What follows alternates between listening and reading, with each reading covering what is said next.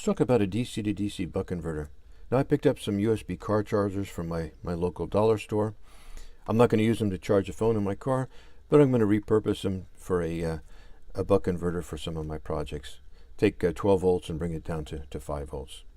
Now, a buck converter operates by varying the amount of energy that an inductor receives by switching the input voltage with an oscillator.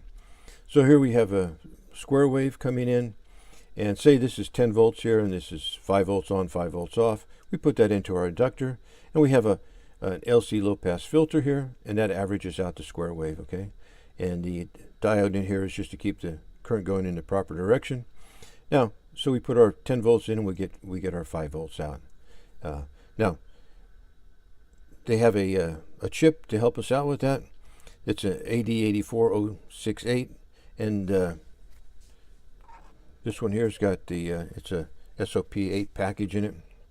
I have another one with a DIP8 package, different number, same workings here. Now, pin 1 is plus 12 volts, and then pin 4 is the ground. And we take pin 2, we go to our inductor, through our capacitor, and then back around through the diode here. Same configuration as this here.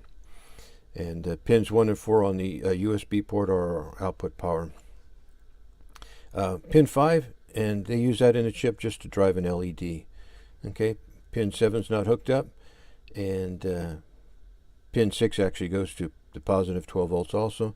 Pin 8 here now, what they do is for to charge cell phones, different companies have different methods of telling the charger how to charge the phone.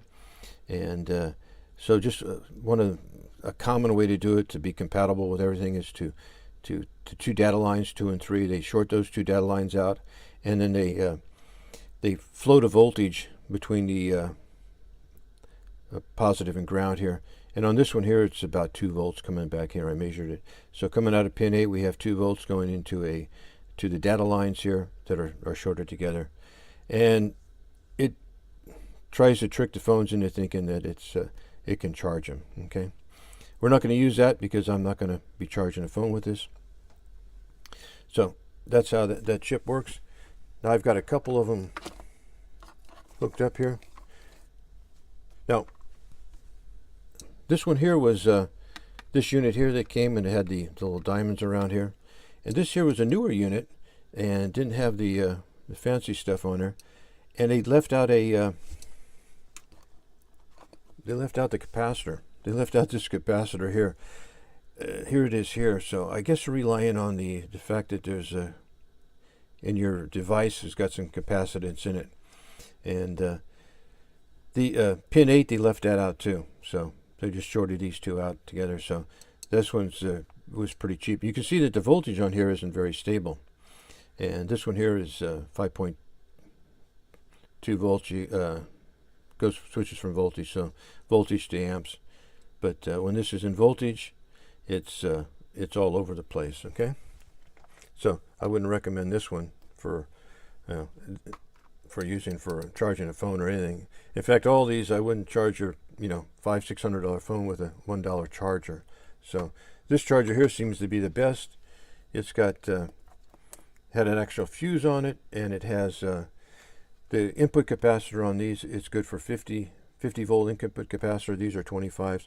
These units will actually go from about 9 volts to 30 volts, so they'll be good in some of my projects. Now we can I've got an old phone here. I'm plug it in to this one here, and it's charging it, and 5 volts at it's charging it at 800 milliamps. It says it's a 1 amp charger, but that's pretty good. Let's see what this one will do.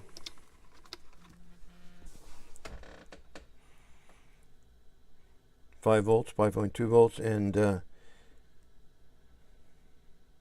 it's charging it at 500. Yeah, 48 milliamps, 500 milliamps.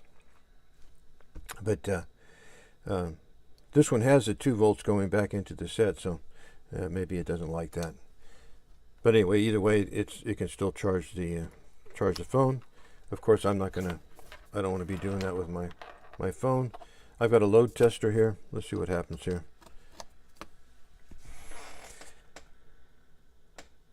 So 800 milliamps. So it's close to its rated 1 amp. And this one here, about 900 milliamps. So that one's a little bit better. This one, if I use it, I'll add another capacitor to the output here. But anyway, those are the DC to DC buck converters. I'm going to take this one. I'm going to take the USB port off of here and just use it in my Project Direct without pin 8 on there or anything. And if you can see how that one looks.